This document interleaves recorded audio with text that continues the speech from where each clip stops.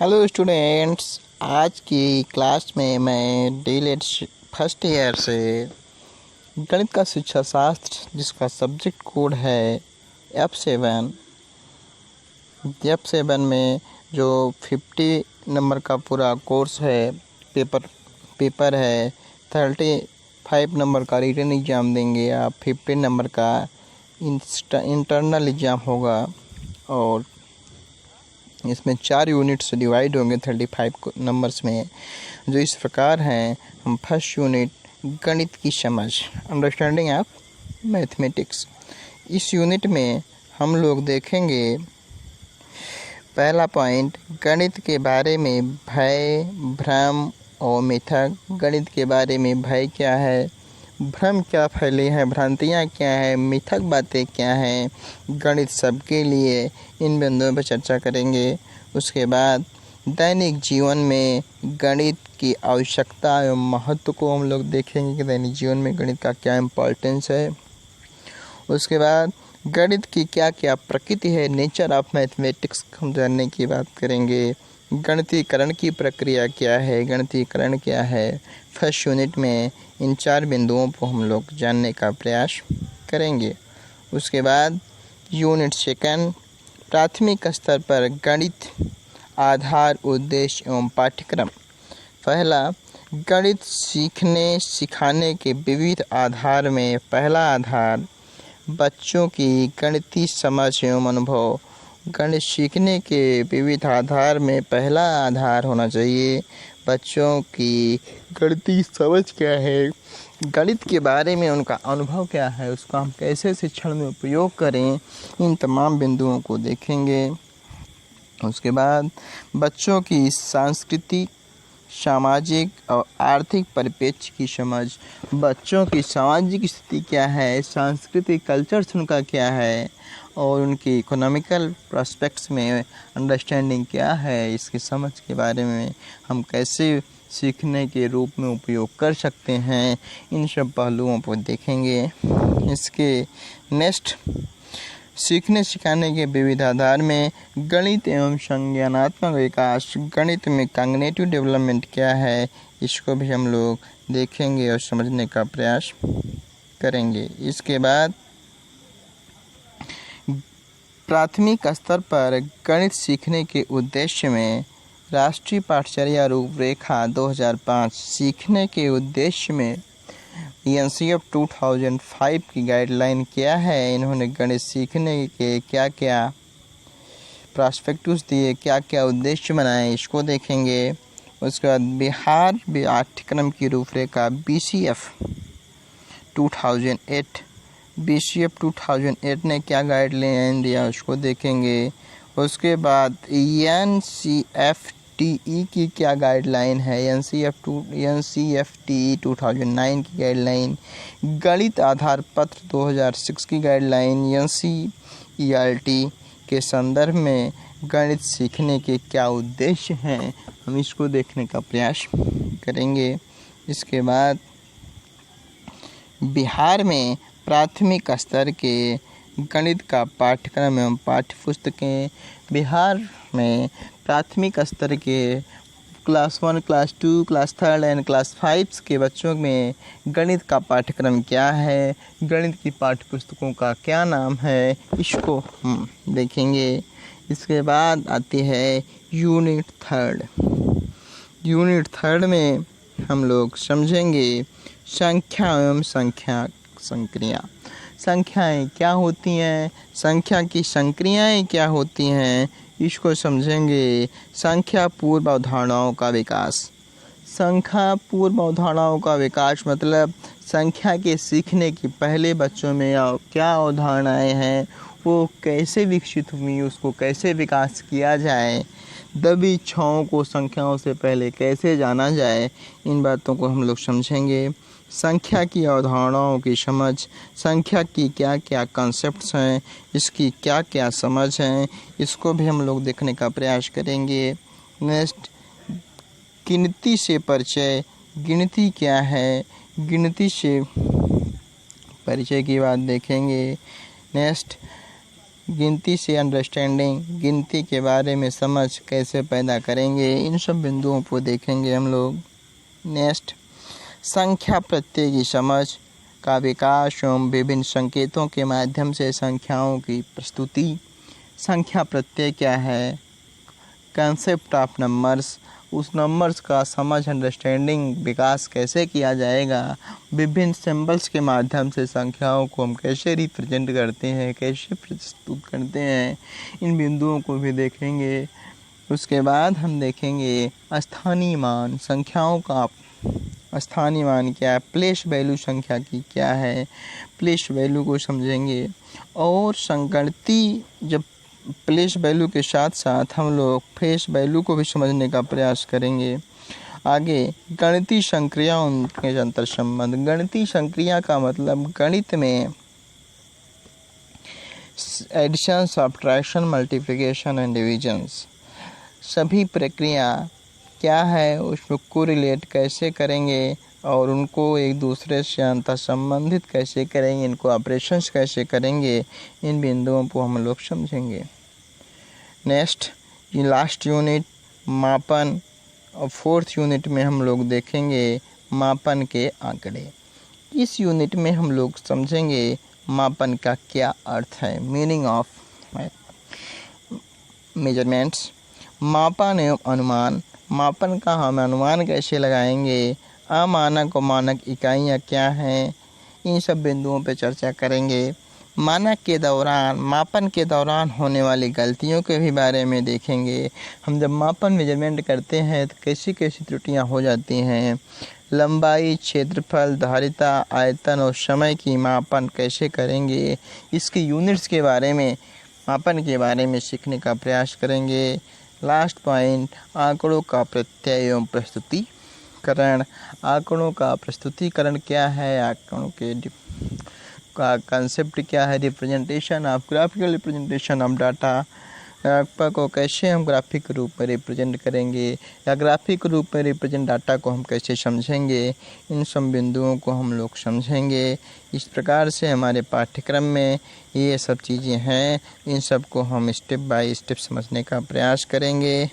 आज उसी कड़ी में हम गणित सीखने सिखाने के आधार में पहला यूनिट, अपने यूनिट फर्स्ट से गणित के बारे में भय, भ्रम और मिथक आदि बिंदुओं पर चर्चा करेंगे और देखेंगे गणित की समझ लोगों में कैसे विकसित करते हैं, और गणित भय क्या है, भ्रम क्या है, मिथक क्या है, सबके लिए गणित अनिवार्य है। इस टॉपिक को, इस बिंदु को हम देखने का प्रयास करते हैं। आज की कड़ी में गणित के बारे में भय। भय का मतलब होता है, खासकर गणित में यदि भय की बात किया जाए, इसे हम मैथ एनेक्जिटी बोलते हैं। मैथ, गणित के बारे में पहले भय जानते हैं। भय जिसे हम मैथमेटिकल इनेक्जिटी या मैथमेटिक्स इनेक्जिटी बोलते हैं। ENIEXTI, इनेक्जिटी। इनेक्जिटी का मतलब गणित के प्रति भय। ये ऐसी बीमारी है, ये गणित भय आप इसको कह सकते हैं आम कक्षा के दौरान, आम कक्षा कक्ष में के दौरान, आम चर्चा के दौरान, कक्षा कक्ष से बाहर आम चर्चा के दौरान, जैसे दो मित्र, दो ग्रुप कक्षा में ही आम चर्चा के दौरान या आम लोग ग्रुप, दो बच्चों का समूह, तीन बच्चों का समूह है, ग्रुप है, इस ग्रुप में कोई बच्चा, कोई बालक गणित का कोई भी सरल से सरल प्रत्यय, गणित के कोई भी प्रत्यय को जब डिस्कशन किया जाए, चर्चा किया जाए, तो उस चर्चा के दौरान वो बच्चा को कँपकँपी होने लगे। बच्चा उस छोटे छोटे प्रत्यय को चर्चा के दौरान अनौपचारिक रूप से भी कक्षा के बाहर की स्थिति में यदि कँपकँपी करने लगे, भय खाने लगे, उसे हम कहेंगे वो मैथ एनेक्जिटी का शिकार हो चुका है, उसे बीमारी है, जिसे हम गणित के रूप में, गणित भय के रूप में जानते हैं। अब हम इसी कड़ी में गणित के भय, भ्रम और मिथक को हम देखते हैं और समझने का प्रयास करते हैं। चलिए हम इसी नज़रिए से देखते हैं कि इस बात पर विचार करें कि गणित विषय से में हमारा क्या नज़रिया है। हम ये सोचें कि गणित के बारे में हमारा क्या रिव्यू है, हमारा क्या नज़रिया है, तो हम पाते हैं कि ये जो गणित के प्रति नज़रिया है, कुछ लोग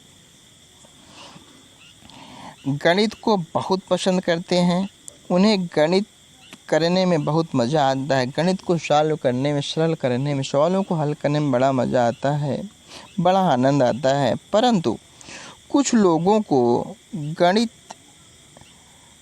खास पसंद नहीं आता, कुछ लोग गणित को पसंद ही नहीं करते, नापसंद करते हैं। तो वे लोग गणित को या अप्रिय आवश्यकता के रूप में देखते हैं। इसका मतलब कि उनके लिए गणित क्या है, अप्रिय वस्तु है, इनकी आवश्यकता ही नहीं है।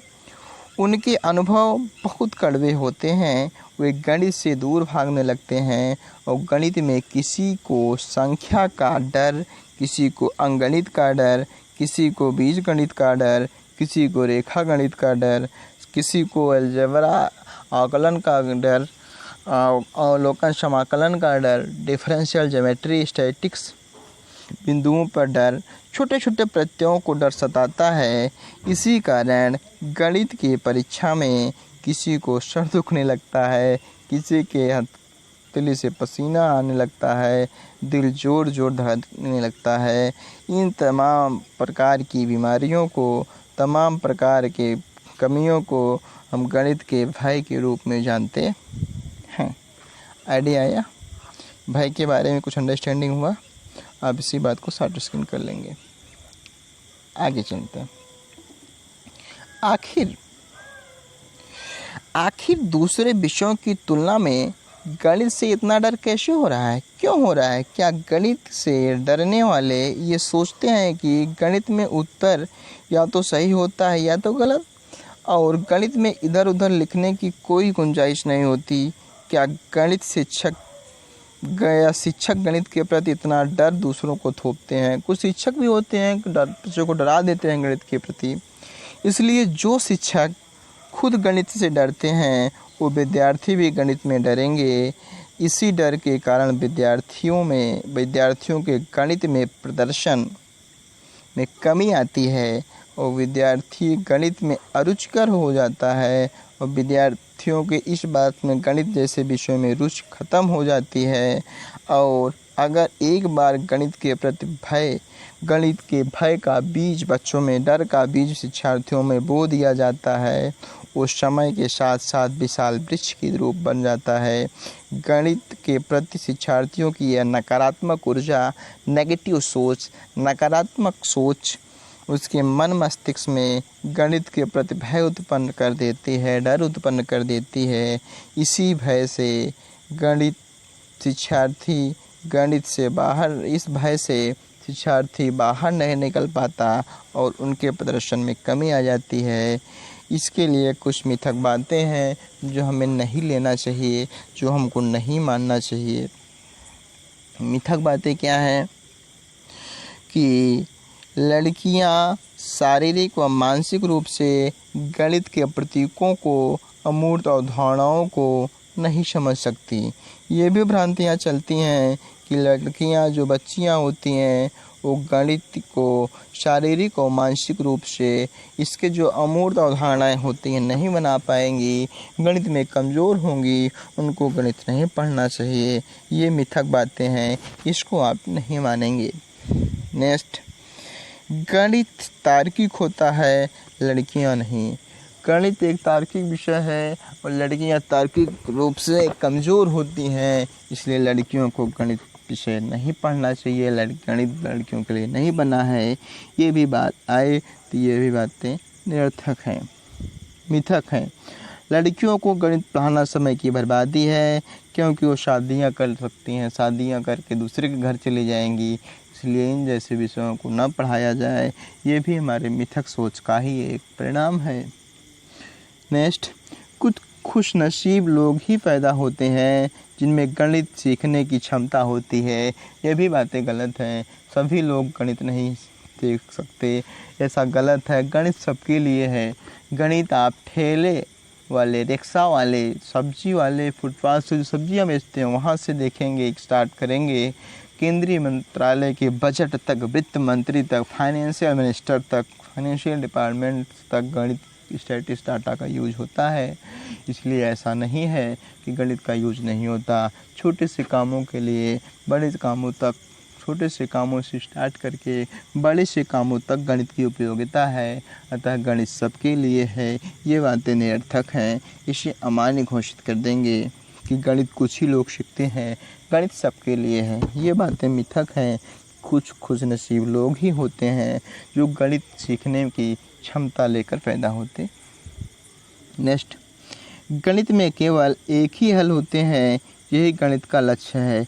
ये भी गलत और मिथक बातें हैं कि गणित का एक ही लक्ष्य है और गणित का एक ही हल होता है। हाँ, ये सही है, गणित का एक ही हल होता है, लेकिन हल करने के तरीके अलग होते हैं।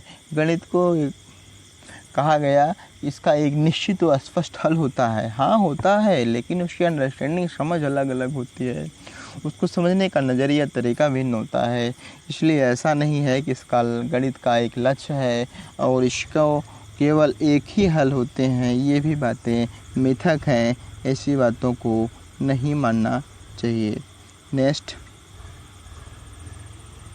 गणित में केवल गणित जो जानते हैं वो लोग किसी भी प्रश्न का उत्तर तुरंत दे सकते हैं। ये भी बातें गलत हैं। जो गणित जानते हैं वो केवल गणित के प्रश्नों को ही हल कर सकते हैं।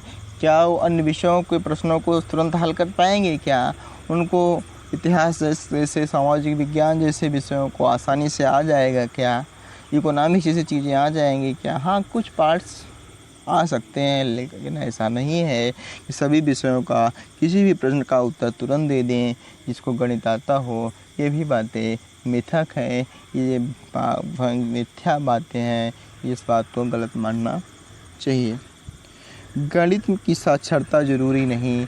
कुछ बच्चे ये भी कहते हैं गणित की साक्षरता ज़रूरी नहीं, क्योंकि गणित इतना जानना ज़रूरी सबके लिए नहीं है। ये भी बातें मिथक हैं, गलत हैं। गणित सबके लिए है। गणित अनिवार्य है। छोटे से बच्चे से लेकर बड़े बच्चों तक सबके दैनिक जीवन में इसकी उपयोगिता और महत्व है। आगे, गणित सिर्फ उनके लिए है। कुछ लोगों का मिथक है गणित केवल उन्हीं विद्यार्थियों के लिए है जो साइंटिफिक करियर बनाना चाहते हैं। नहीं, ऐसा गलत है। क्या अकाउंटेंट, बैंक का क्लर्क, अकाउंटेंट, पीओ, इसमें गणित की उपयोगिता नहीं है? शिक्षक बनने के लिए गणित की उपयोगिता नहीं है? हर क्षेत्र में गणित की उपयोगिता है। ऐसा नहीं है कि आप साइंटिफिक करियर चाहेंगे तब भी आप गणित की जान पाएंगे। गणित के महत्व हर क्षेत्रों में है। ये बातें मिथक हैं। नेक्स्ट, गणित केवल तेज बच्चों के लिए होता है। ये भी बातें मिथक हैं। इसलिए इस बात को हमें नहीं मानना चाहिए। इन सब बातों का खंडन करना चाहिए।